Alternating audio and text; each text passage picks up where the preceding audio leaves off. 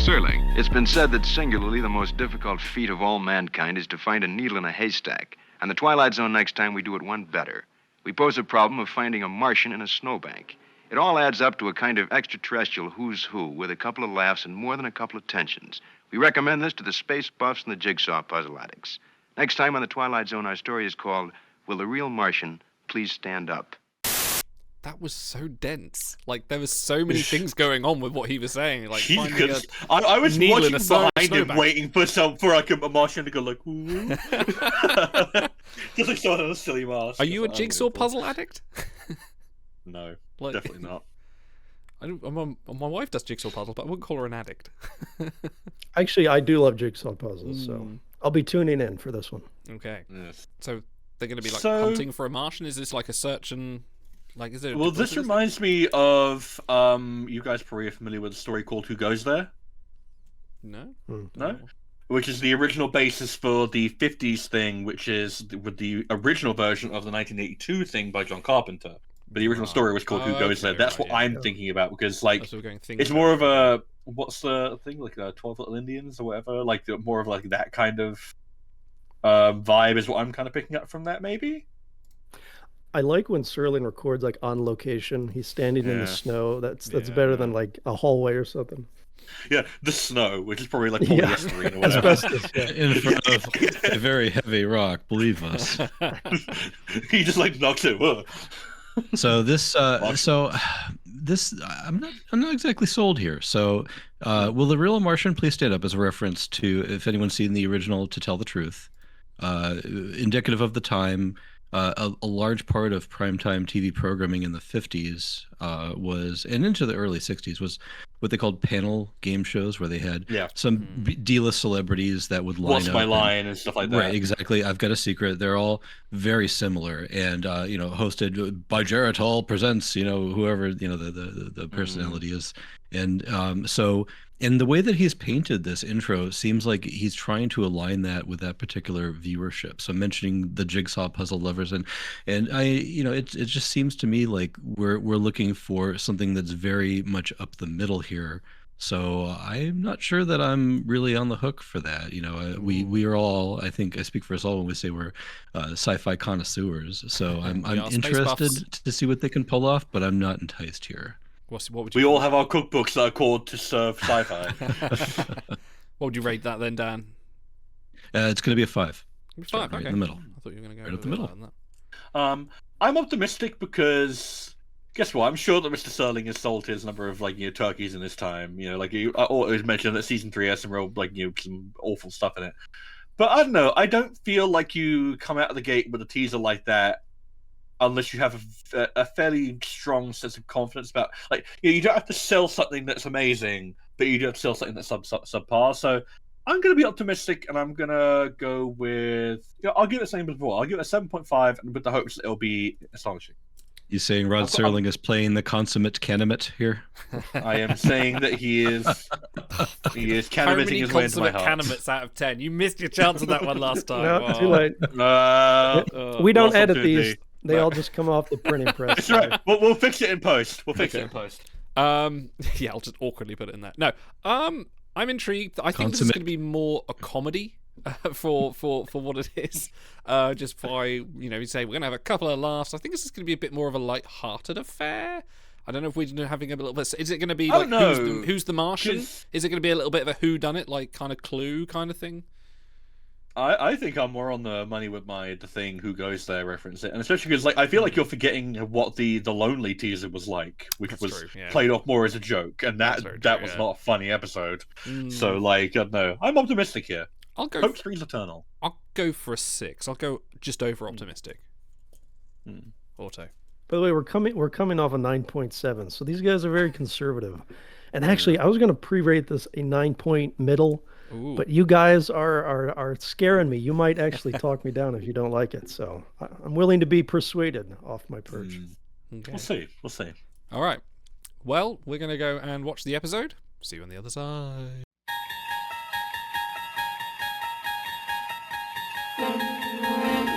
This is the dimension of imagination. It is an area which we call the Twilight Zone.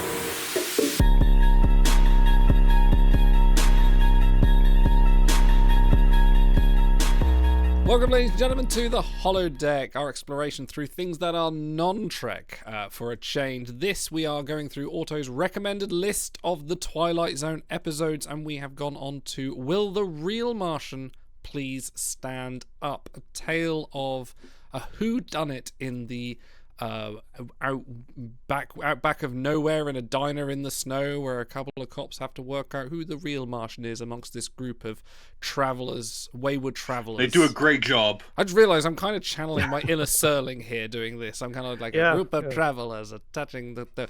Otto, why did you pick this episode? What drew this one to your recommended list for us this week? But by the way, you mentioned Serling. How many people got chills when we're following the troopers, and then Serling comes out from the rock? That was legit is the best cold open in the history of anything ever. Like the sheer smoothness of where he's just standing behind that rock. He walks forward and goes, and so here's the episode. Here's the drop. I goosebumps from that. That was amazing. You mean when he walked out from behind the 6 foot tall, 3 foot wide rock? Yes. So I picked this one, and this might be a little redundant, these first 6-7 episodes or whatever, because they're in the bucket of a primer for Twilight Zone. Like, this is the classic stuff, and it doesn't get any more classic than this. I'm shocked you guys have never seen an image of the barman with the third eye that would have ruined the suspense, because that is actually very famous.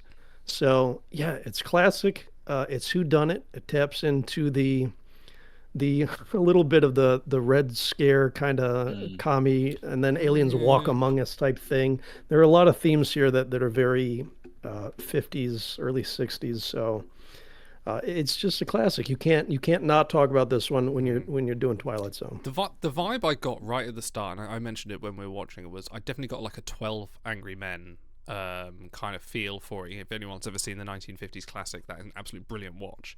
But I kind of got I love a one room kind of whodunit, or in one room sort of serial where it's like everything's sort of like you're instantly, your brain's racing. Like the Mousetrap as well is a similar kind of situation where you're constantly trying to work out. I think I said 12 little Indians, but I think what I actually meant was and then there were none. Is that the Agatha Christie one? I think. Yeah, I think so. Yeah. But yeah, that kind of plot instantly hooks me, because I'm just like, right, now we're putting the pieces together. And as someone that's also been watching a lot of The Traitors recently, which is a kind of reality TV whodunit as well, is also that kind of stuff just really engaged my brain and kind of like, I love this. This was great. So, I was immediately, guess what? This is what, like I said, your brain immediately goes into, okay, what are the obvious delineators here? What are the obvious things that would count against someone who has no alibi, who has someone who, because they're all strangers to each other, and there are certain ones where you're like, okay, this doesn't make sense. It wouldn't make sense for that person to be replaced. It doesn't make sense for that person to be replaced.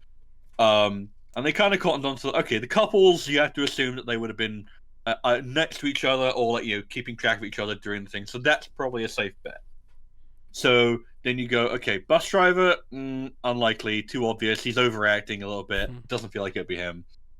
The woman, again, the bus driver, unless he is like trying to throw suspicion. Like, guess what? He notices her, because of course he does. So then you've got one or two suspects. You think, okay, maybe there's a real humdinger in that it's actually one of the police officers, because I thought that one of them does go off. Yeah, and you don't see him for a little bit, and it would have been very easy for them to pull that.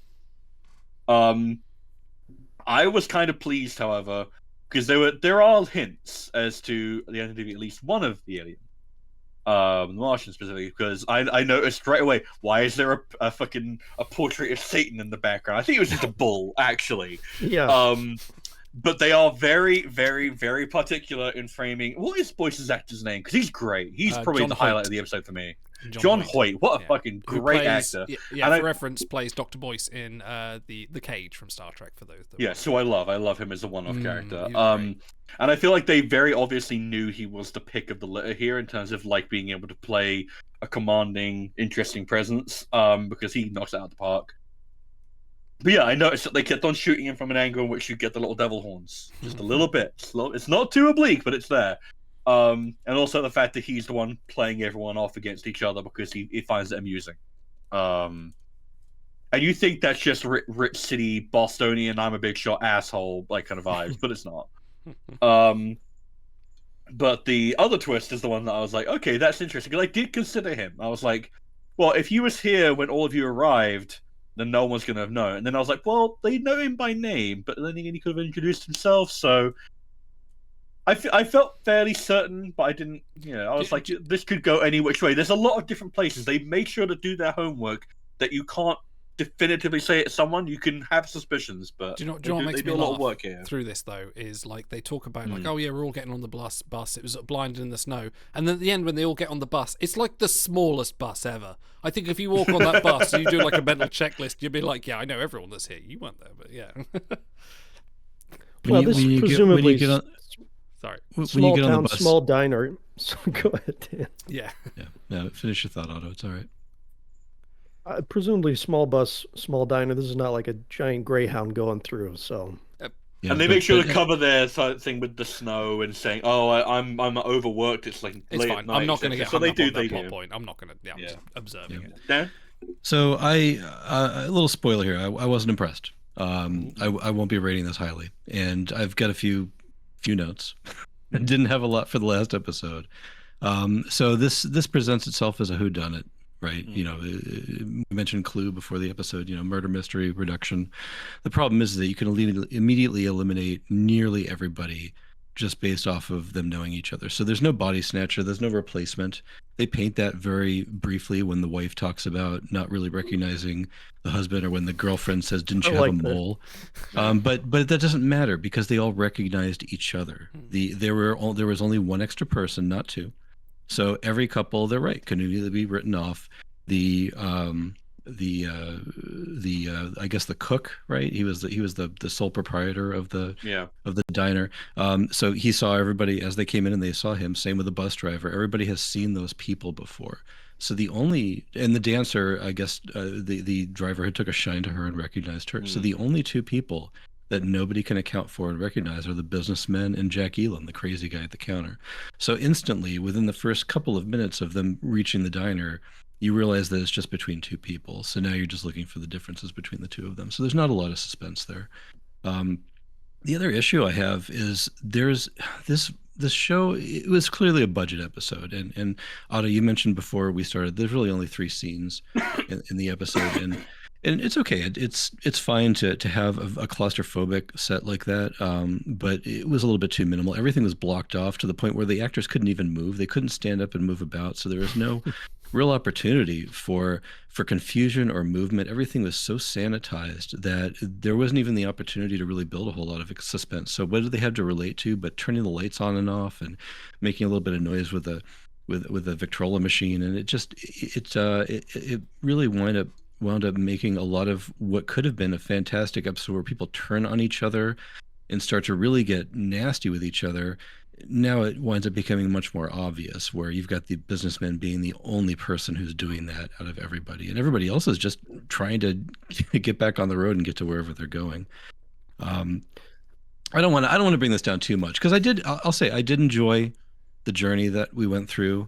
The ending, fine. We got a twist that was fine, and there were enough hints dropped in that it kept us guessing and gave us some things to latch on to. But putting out some of those counterpoints out there, what are your reactions to that, guys? So there's another episode that's kind of similar called "The Monsters Are Due on Maple Street." We'll be doing that one because it is another classic that a lot of people know, and it's a similar type of suspicion, paranoia kind of episode. That one gets a little bit darker. This one's a little more lighthearted. Right. But I liked. So we just watched A Serve Man, where the big twist was, it's a cookbook. But actually, there's another twist hidden in there that comes right after it, that once your guard starts to come down, they hit you with that one. I felt this was the same because, like you said, there can really only be 2. And there's the horn framing, there's the way he's behaving. You even see he moves his hand in the direction of the jukebox right before it starts playing. There's little subliminal things that make you think, okay, it's probably this guy. And it is. And when you think you've got that figured out, then they throw another little twist at you with the barman. So I think that was effective enough to cancel out the fact that you kind of know who it is. And that's why they gave you the second twist. Yeah, it's one of those things where it's like, I almost don't... Like, you in the opening thing, Idle, you mentioned, it's a whodunit. No. it's not really a whodunit. It's more of a who is it. Who is it? Yeah, Yeah, that's true, yeah. because there's been no crime committed. It's just a case of its suspicion. And I almost feel like it doesn't really quite matter.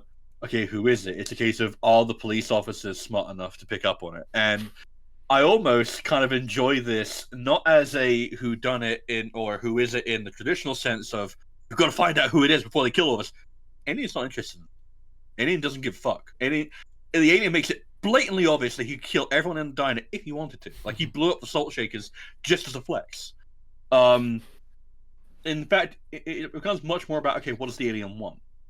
And it becomes a lot more about an observation of humanity, because the police officers know for a fact, like pretty much like for a fact, that there is something wrong here, that there is someone here who should not be here. All the people on the bus are pretty obvious of like, well, I don't know these people, and I'm fine with that when I'm on the bus with them because it doesn't matter. But the instant someone points it out to me, yes, I do become suspicious. But is my suspicion, is my natural guardedness against strangers, is my knowledge that something is wrong, does that matter to me more than getting on my way?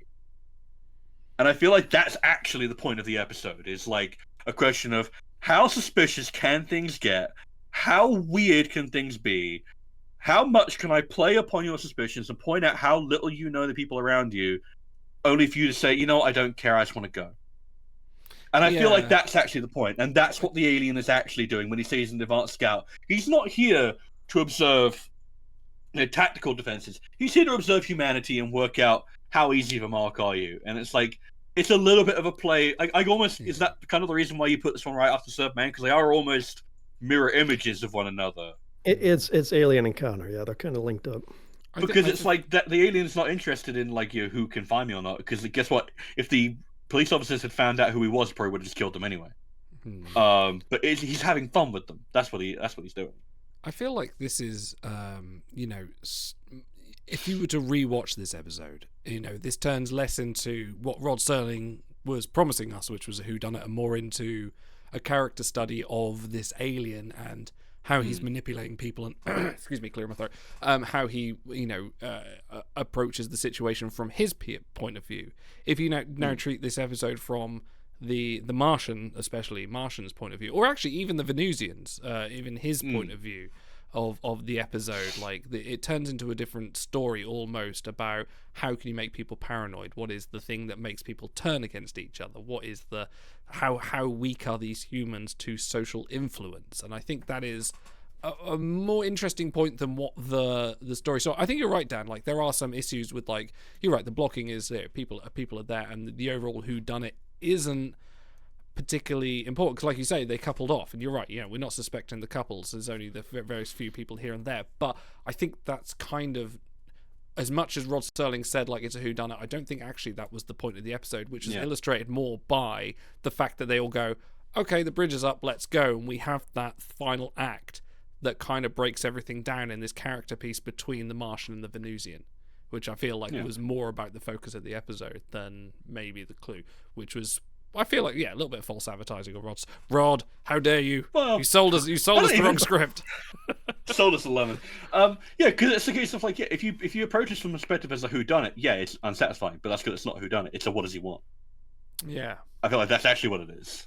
So just to pick up on your point, like how desperately would you need to get wherever you're going to get on a bus with someone that you're pretty sure is not from this planet? Like, if you're in the position of one of those people, they all kind of just go, wouldn't that kind of creep you out? Yeah. I was almost, consider it's 1950s, you would almost expect like a hysterical woman scene, which we got like a hint of, but like someone like, we need to get on the bus, and then they're freaking out, she's freaking out. So they didn't go that route, but they could have, because like, if you're in that position and you're pretty sure someone's an alien, would you be getting on that bus? I think the real moral of the story is that the Venusians are here, and all they want is to sell us 90-cent chili. Those bastards! I'd buy Venusian 90-cent chili. So you already pulled one of my guessing game things, but 14 cups of coffee for $1.40, 10 cents. for a cup of coffee. How much does Starbucks it's sell double the theirs price. for? We used to have to pay a wooden nickel for them. So And they have bumblebees on them. Yeah, no. But it is this thing of like I kind of appreciate this episode like a lot more with that final act, because it's like that throws in. I want to rewatch this episode again, watching just those two characters, knowing now what I know about them, and analyze it, because the human characters don't matter. No. Like, it's literally a case of they're pushing everyone's buttons just to see what will happen, and Haley, the proprietor of the Venutian, is having just as much fun watching this interloper, this guy who thinks he's a hotshot, and going, dude, I sussed this out years ago. Yeah, they throw so many strong characters that aren't those. Like, we've got the mad eye, the crazy mad eye guy, like, oh, everyone's crazy, put on the radio. You know, he's all out there. They've got the two cops who are obviously in the limelight. They've got the darling dancer, the madam. We've got the bus driver. You've got the cantankerous couple and the newlywed couple. You know, like, there are some very strong characters that your mind can't quite pick a target. And I think that's kind of clever in a way, although, like you say, you discount the couples. But, you know, there is a lot of focus put on the lady. There's a lot of focus put on the bus driver. And, you know, you kind of...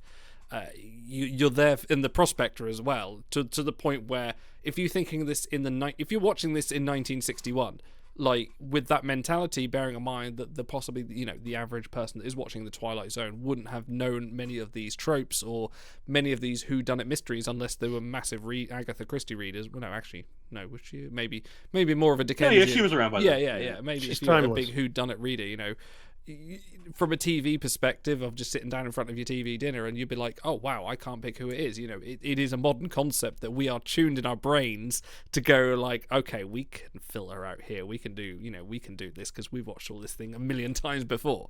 So I think in a 60s perspective, it's interesting. I can appreciate this. I can appreciate this episode for what it is, which is pulp. It's pulpy.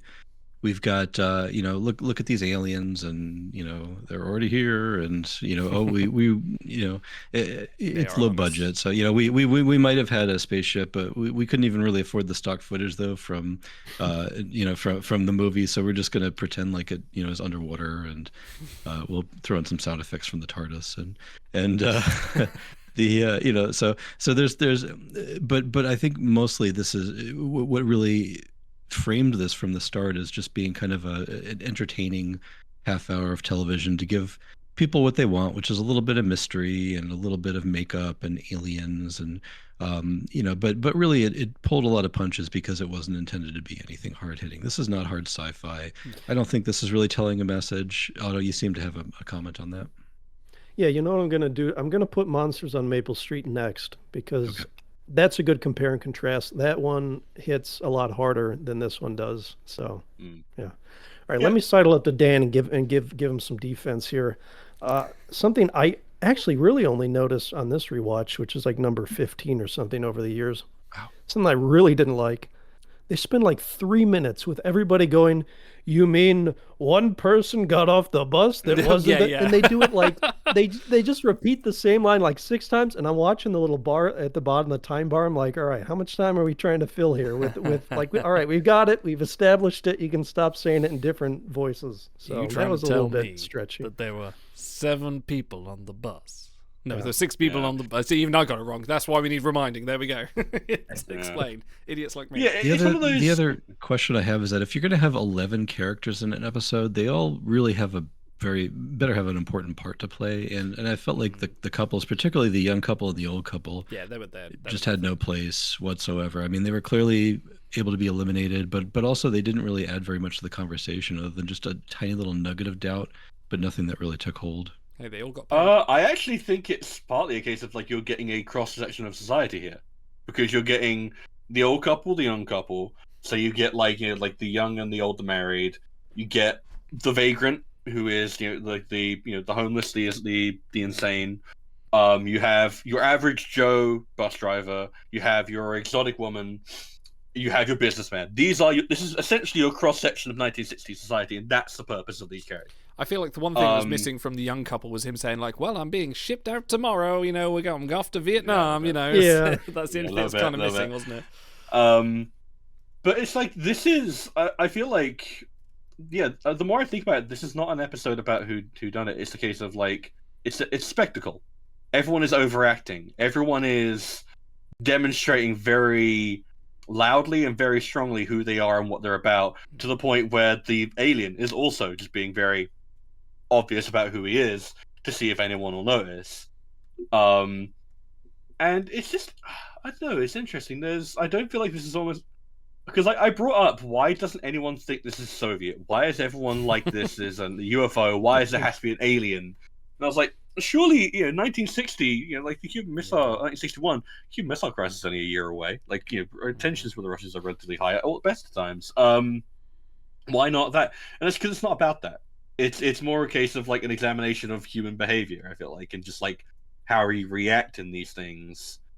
Dialed up to a kind of ridiculous degree because you've only got 25 minutes to establish character, which is why the bus driver is laughing so loudly, and why the vagrant is so extremely over-directed, and why the businessman is so cold. Like, you don't have enough time to do a incisive character study. You don't have anyone like McCready or Childs from the 1980 thing, because you don't have time for that. You have to establish character very quickly, and I almost feel like those 3 minutes are spent very quickly, very slowly establishing. Oh, you mean there's only 6 or 7?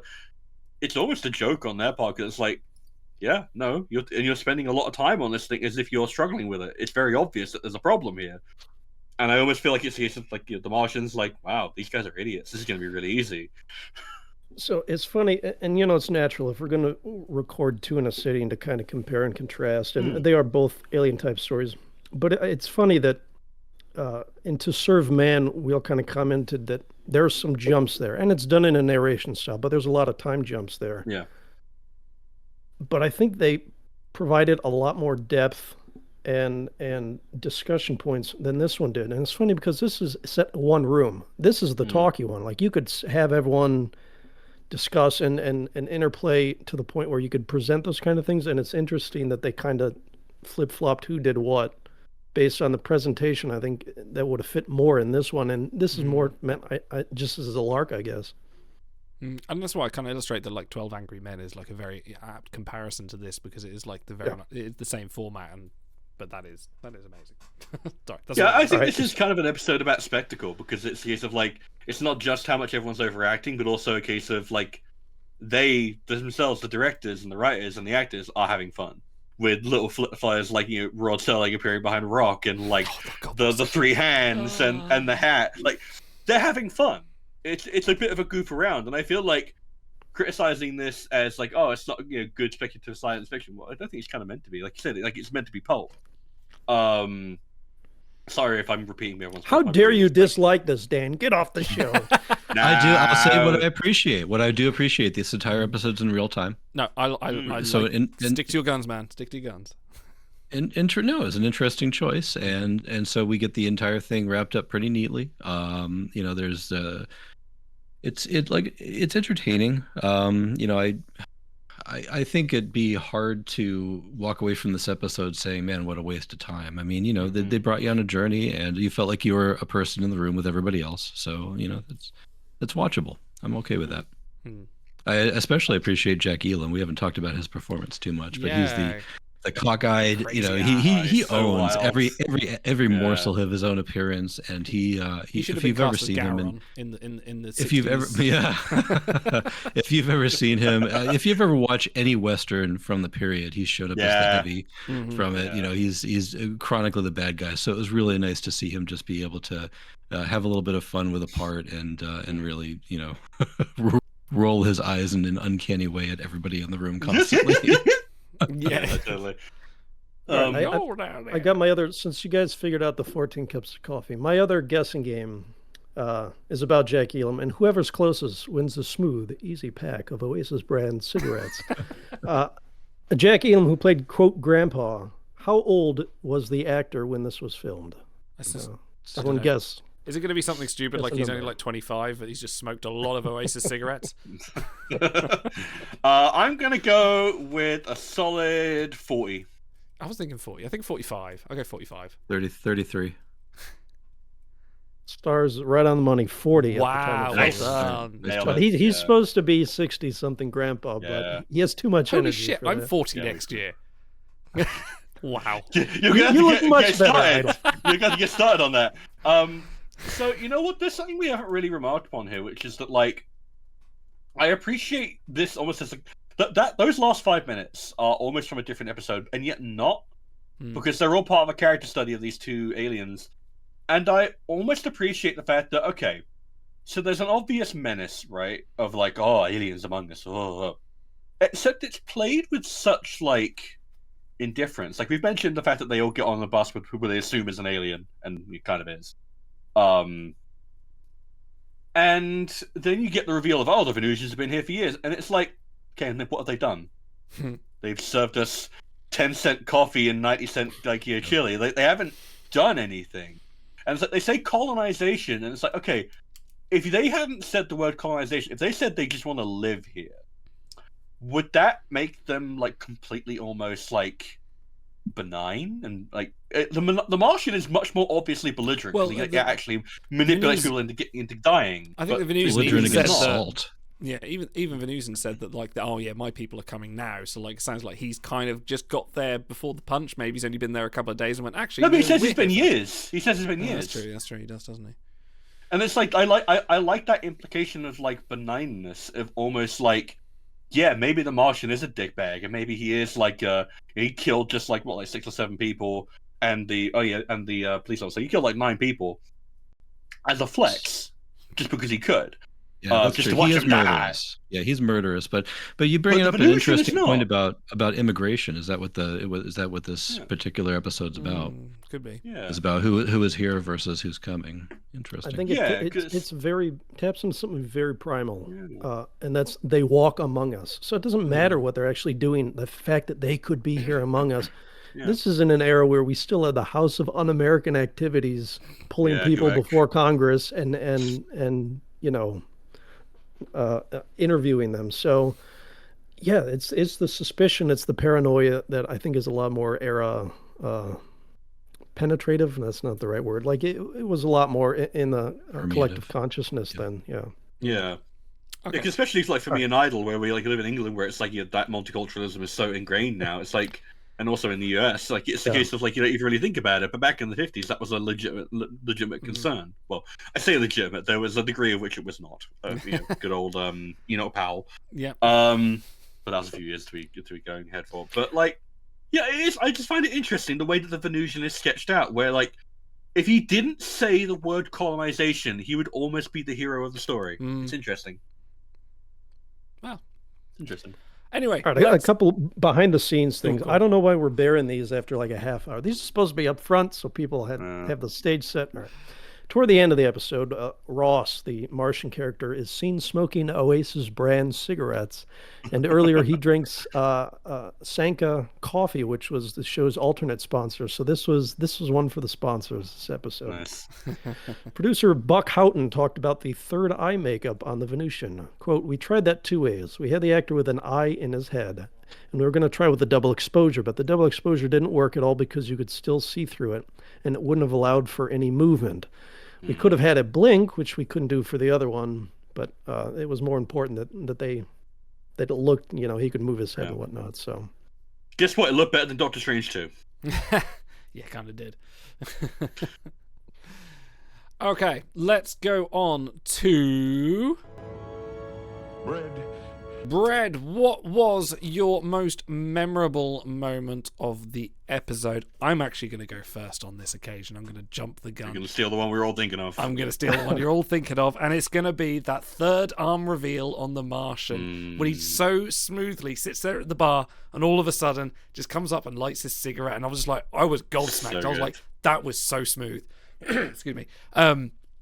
Just the blocking of it, or like the framing of it. And like you look at his coat, and he's got a massive coat on. You're just thinking that's just something to start at the time. But obviously, there's someone behind him, just like with another arm coming out, just like that's the Ressican flute. Exactly, yeah, playing the Ressican flute, yeah. But I really love that moment. It was just done so smoothly. And if you're kind of like maybe watching it eating your dinner, or maybe these days watching it looking at your phone, you probably wouldn't notice until you look up and go, hey, that guy's got 3 arms. Like it's done without mention, without any kind of reverence. He just goes, I'm a Martian, third arm, deal with it. So that's my bread. And there's such a confidence to that moment as well, where he's like, Yeah. before you fade, Mr. Haley, like he's such a confident ass. I love it. There's a smoothness to it that reminded me instantly of Zaphod Beeblebrox mixing his own drink. Yeah. Yeah, Although- because I'm thinking of like although the I've 2005 movie where he's just like doing that. Like, yeah, that's a fun effect. Yeah. I've got to shout out the complete unbelievability of this guy's having high level linguistic communication with them, and then he goes, "Wet. What is wet?" I'm like, that was a bit. Yeah. I think you know what wet is, sir. But I feel like that was almost performative, just like a way of he was trying to scare a human. Yeah. That was the clue in for the viewers, because that was right before he pulled out his third arm, so to speak. Yeah. Wow, that sounds so wrong.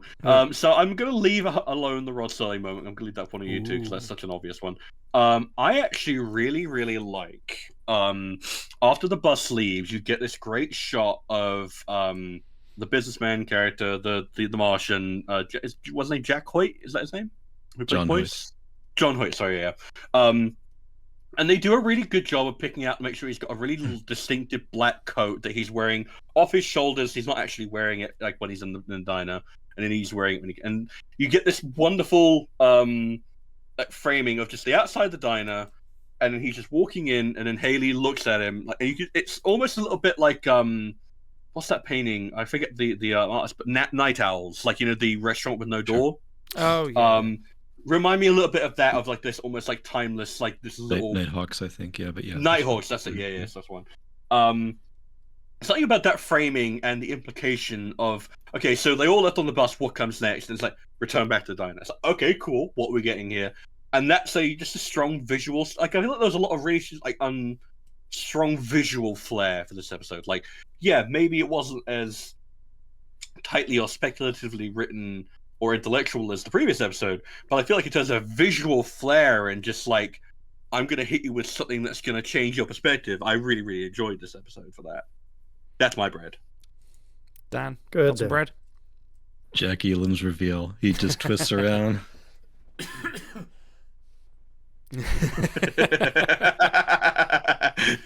So perfect. I love him so dearly, and it's the moment that made me smile in the episode. So yep, that's it. And his absence at the beginning is conspicuous. So, like, you notice there's one guy hunched over. He's the only one not introduced yet. And that makes you think, okay, he's going to be like the bad guy or the alien or whatever. So, yeah. Yeah, my bread is actually just the third eye reveal, because it's freaky. That actor, let me pull up his name, Barney Phillips. He's in a lot of stuff. He's in a handful of Twilight Zones. He's in some Andy Griffith. I'm surprised he hasn't been in Star Trek. Something about him. He has some uneasiness to him. And there are a couple other roles that he plays where it's like just something a little off-center, a little unquieting about him that, I don't know. So I love the laugh, the cackling at the end. Like, he mutes the Martian's powers. Try playing your music now. You can't do it. And he takes the eye off. And Stars, you said you want to rewatch it so you can see certain things. By rewatch number 7, all you're going to be watching is how far down that hat is on his head, covering that third eye. So when they do the reveal, like, that's, proper. If you weren't chilled from the third arm, the third eye will get you. So.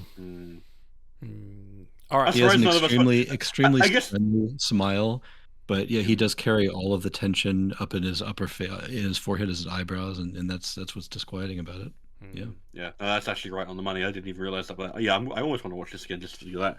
I'm gonna have to pat us all on the back and give us all a little Bajoran clap. None of us picked the Rod Serling opening moment because it was too obvious, too obviously brilliant. That's all our collective best moment. I think that is the best moment for every Twilight series episode going forward. I think nothing's going to top that. If he does like a more intricate reveal, I may give it, but that is just perfect. I want Gene Roddenberry to go back in time and do that for TOS. It's like, this is the one where Captain Kirk inhabits the body of a woman, and we'll all regret it. No, I'm always going to be on the lookout though for something vaguely Rod Serling shaped for him to hide behind. So yeah. You know what we should do? Any large props. We should do, like, how would Rod Serling intro this episode for anything we do for Trek? Anyway, right, let's go on to Well, if that's the best they can do, this should last about 5 minutes.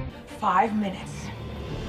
We will retrace our steps and figure out what's going on. You've got 5 minutes. Do it. Okay, last 5 minutes. How would you rewrite the last final moments of this episode? Dan. Cutting right to me. I think that the alien reveal needed more aliens. We needed to have every planet represented. We needed to have the Jupitorians and the Saturnalians. Even the most important planets? Or... As a matter of fact, wait a minute. Why were there 9 people total in the set before the cops came in? Wait, 9 planets? 9 people in the diner?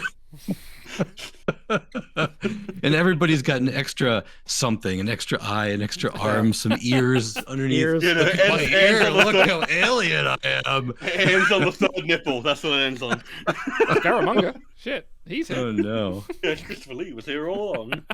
I'd like a little more build before the release, though. To be serious, just having some of the bit part players that we didn't get to hear from escalate the situation in an unexpected way. And I'm not sure how I would do that, but just throw something in there to make the transition to the end a little bit more exciting. That's all. So 2 out of 4 episodes now, Dan, you've commented on not enough for the bit players, the background players. I don't think you're going to get a lot of that in Twilight Zone, because a lot of the stories you might even only get 2 people, interplay the whole time. So that's not really their forte, is the big ensemble stuff. I'll go next. Okay, go on. Yeah. I would start back up with Ross entering the diner. And you have the conversation go along pretty much the same way. But instead of the third arm reveal, he flops dead at the diner counter, and one of the other characters comes back in as well. And it turns out that they were the alien, except that he's been examining the nature of death, and he's trying to work out how humans work, and he didn't mean to kill them, and it was all a mistake. And he's like, well, I'm still working this all out. You don't mind if I keep on running a few more experiments on the whole life and death thing you've got going on, with an implication of innocence, but with a degree of oh, you're way too much power and not enough responsibility here. You don't really regard us as I feel like that's a bit too obvious of a sci-fi reveal, but a bit playing on that bit of the emphasis on the spectacle, just having him drop dead at the diner, and then just oh, I was puppeting a dead body or whatever. I feel like there's just something about that imagery that appeals to me. Something very ghoulish about that. Ghoulish.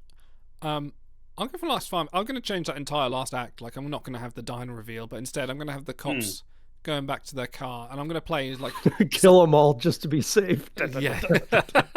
Yeah, they're just going to gun down the diner fuck it.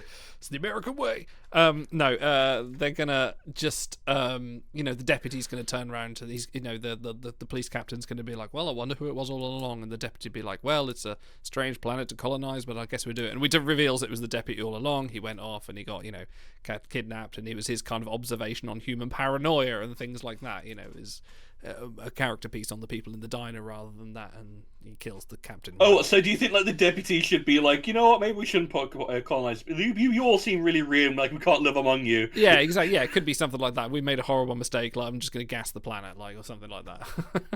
No, have it be that he's you know what, you all are crazy, I don't want to be here, then he just leave.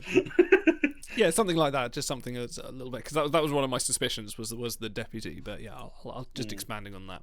How about you, Otto? How do you rewrite perfection?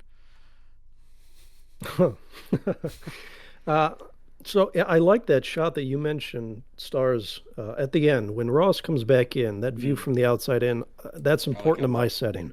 So this is where we make the cut. Instead of Ross, it's the 2 policemen, and they walk back into frame. Barney's outside sweeping the entryway, and they said, and the policemen come up to him and go, the bridge wasn't passable after all. The bus fell in, it broke, everyone's dead, and we just make it back. If you see anyone, tell them don't go that way. And they're a little bit ruffled, and they hear this familiar laughter, and they look inside through the big window, and they see something. Audience doesn't see it yet. They walk through the front door, they get inside, all the players are still there. They're back in the diner. They go, what is going on? You were all on the bus. And Barney comes in behind him, closes the door. He goes, actually, we're all, Venusian or whatever. And Sergeant tells this guy, run back to the car, radio this in. And he goes, you're not going anywhere. And all the players start walking toward them, closing in on them at the end, and they just fade to black. Oh, that's great. That's No, you know what? Go one better on that. You make the deputy also be like, I'm not going to do that. And it's like, why? It's like, there you go. Yeah. The one final, because you play on the thing that we all seemed at the very beginning. I like that. I like what I'm liking with these Twilight Zone episodes is there is a twist and then there's a twist. Like we get something and then we get a little something else. We get our dessert and then we get a little something special because we've been good viewers. There's a twist and then there's a flourish. There's an Andy's mint at the end. Sounds special because you've been such a good boy watching this episode. Well done. Right, let's go on to. I can show you my rating code. Schiller rating 3.5. Associational rating norm -3. That's much too low a rating. I was not accustomed to seeing an unsatisfactory rating on a member of my crew. What is your Schiller rating for this episode, people? 0 to 10. It's my turn, so I have had a few rating criteria options. I was going to go for old prospectors deflecting suspicion. I was also going to go for the obvious Rod Serling's appearing behind a rock, but I'm actually going to settle on, gentlemen, how many bowls of 90-cent Venutian chili out of 10? Yeah, good one. It's made of people. Get a little Soylent Green crossover. Serving man. Yeah. I'll jump in. I'm going to give this 8 bowls of 90-cent Venutian chili out of 10. Guess what? I don't think it says like. I feel like I could be reading in the immigration, like colonization, who's the real bad guy here element to it. But guess what? It leaves itself open enough that I feel like it supports that reading. The acting performances are all hilarious. I feel like John Hoyt is easily like the highlight because of just how well he plays it. I appreciate that, even though it may be quote unquote obvious, I appreciate that they do go to the effort of putting in clues as to who it is, so that if you aren't immediately clued in on the tropes, or you just enjoy letting your brain turn off while you watch these things so you can be surprised, you will be surprised. But the clues are all there, because I hate whodunits that don't bother to set up that. Guess what? That means you failed. It's just a very classic 50s thing, and while it didn't quite go as who goes there, the 50s thing as I thought it was going to be, it does touch on that, and guess what? I'm always here for a little bit of sci-fi body snatching, like creatures in disguise with powers that defy explanation, and they don't even seem to care about flexing. I enjoy that. I enjoy aliens with character. I enjoy arrogant aliens. I enjoy humanized aliens, which I feel like you get a surprising amount of here, especially in those last 5 minutes. So I give this an 8. I give this an 8. 8 what? I already said it. 8 bowls of 90-cent Venutian chili out of 10. Okay. I'm gonna jump in next. I'm also gonna go for an 8. I think I was definitely of the I'm just enjoying the ride with this. Like I was definitely happy to sort of not necessarily switch my brain off, but just like sit there and kind of go like, oh yeah, I'm going to enjoy this moderate murder mystery with some funny, hokey, pulp sci-fi elements in there. And yeah, for the most part, I enjoyed it. I loved the flourishes with the arm, and I loved the Rod Serling because that was just. There are moments in this episode just it gave me joy. It made me really happy, and I was just like, yeah. Partly because of how we're memeing Rod Serling right now, but also because it's man deserves to be memed. Exactly. I'm becoming a fan of his. I really am, actually. No, genuinely, I actually did read up on Rod Serling, and he's actually quite a cool guy. But yeah, no, I enjoyed it thoroughly. I think 8 is right. It's not revolutionary. It's not going to break boundaries. It's certainly a very good episode of the Twilight Zone, and yeah, 8 sits very well for me. Dan, bring us down to earth. Daniel, I don't want to put you in. I have to follow the upbeat stuff. So speak please. to your heart. All right. Well, I spoiled it by saying I wasn't going to give this a high rating. I'm not going to give it a low rating either, though. I appreciate the episode for what it is. I think that there's a lot more room to improve than only 2 points than what you two gentlemen have given it. So I am going to criticize this a little more harshly. I had pre-rated this at a 5. After seeing the episode, I think I need to downgrade to a 4. I think the ending, while only nominally earned, had a lot more that was needed to be done to really sell it. We lacked a sense of urgency, even though it was only a 25-minute episode. and you had even 2 police officers that can help to move the plot forward very quickly. There was such a laziness to it why would the bus driver accept 7 people back on the bus when there were only 6 fares paid? Was he concerned about that? He talks about the boss wringing every nickel out of the operation. There are things dropped into this plot that just are never paid off. And but all of that said, I'll still give it a 4 because it's eminently watchable. There's some memorable images that we'll take away from it. And I did have fun, so that's where I rest. Auto.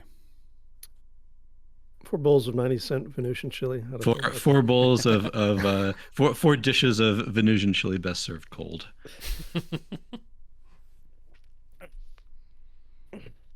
All right, Otto. I did say I would allow y'all to talk me down. I'm not sure how much we've done that. Okay. All deference to Dan, I'm going to give this 9.1 bowls of 90-cent Venutian chili out of 10. I'm not expecting everything to be Freud. Sometimes you just want a 22-minute romp. But what I do want out of my TV is there stuff that will stick in my brain that I can't get out of it. Some bread. And the more of that, the better. Yeah, the more bread, the better. So, Serling walking out from the rock, the third arm reveal, the shot that you mentioned, stars from the outside. I always think about that. The third eye, which was my bread. I don't think it's just an era thing. I think that's actually smart filmography, those particular moments. And that is missing from a lot of, turn on a sitcom, turn on even a drama, go watch NCIS or whatever. How many brilliantly filmed moments like that do you get in an episode? If you're lucky, 1. And this gave us several that will stick in my brain. So as I apparently have learned through this series, I will edit out certain bad parts of my memory, as long as they give me enough of the good parts. And this one gave me just enough that, I had forgotten actually how much it dragged in the middle. I was going to give it like a 9.5 or something. And there were a few moments where I'm like, all right, stop talking, get to the next point. So, it wasn't great, but it was fine for a romp, and it gave me enough moments that will stick in my head. So 9.1 Venutian 90-cent chilies. No, you know what? I'll give it 9.0 just to stick with the chili theme. There you go. Well done. Perfect. You get a bonus point for staying on topical theming. Okay, that takes us to a 7.3 overall, and is actually our third high out of the 4 episodes. It is our third highest rated that we've done so far. Let's not keep doing that till we have a few more under the belt. Wait, out of 4 episodes, this is definitely one of the top 4. So where does this rank? What is this? 1, 2, second 3? lowest. 3. This is 3. Number 3. We rated. So third highest or third lowest? Which is it? So To Serve Man is our highest. The Lonely second highest. This next, and then The Hitchhiker. That's how we're sitting at the moment. Right. This is definitely better than The Hitchhiker. I like this more than The Hitchhiker. They could do a Twilight Zone episode where we're trapped in one of Idle's spreadsheets trying to make sense of things. I think that would be... No, but yeah, trapped in my brain trying to stay organised. My ADHD brain just goes from one topic, moving endlessly from topic to topic. It is so hypnotic. Anyway, Otto, what episode are we watching next? I think we're going to, because of the theming and the links, we're going to do The Monsters Are Due on Maple Street. Can you give us a good Rod Serling intro for this? Sell me on this episode. Not on the spot, but you're going to hear one at the beginning of the next video. We will indeed. And we will see you on that next episode. Stay warm, keep yourself cozy, and we'll see you for the next. Get yourself some 90-cent chili if you can. Make it spicy.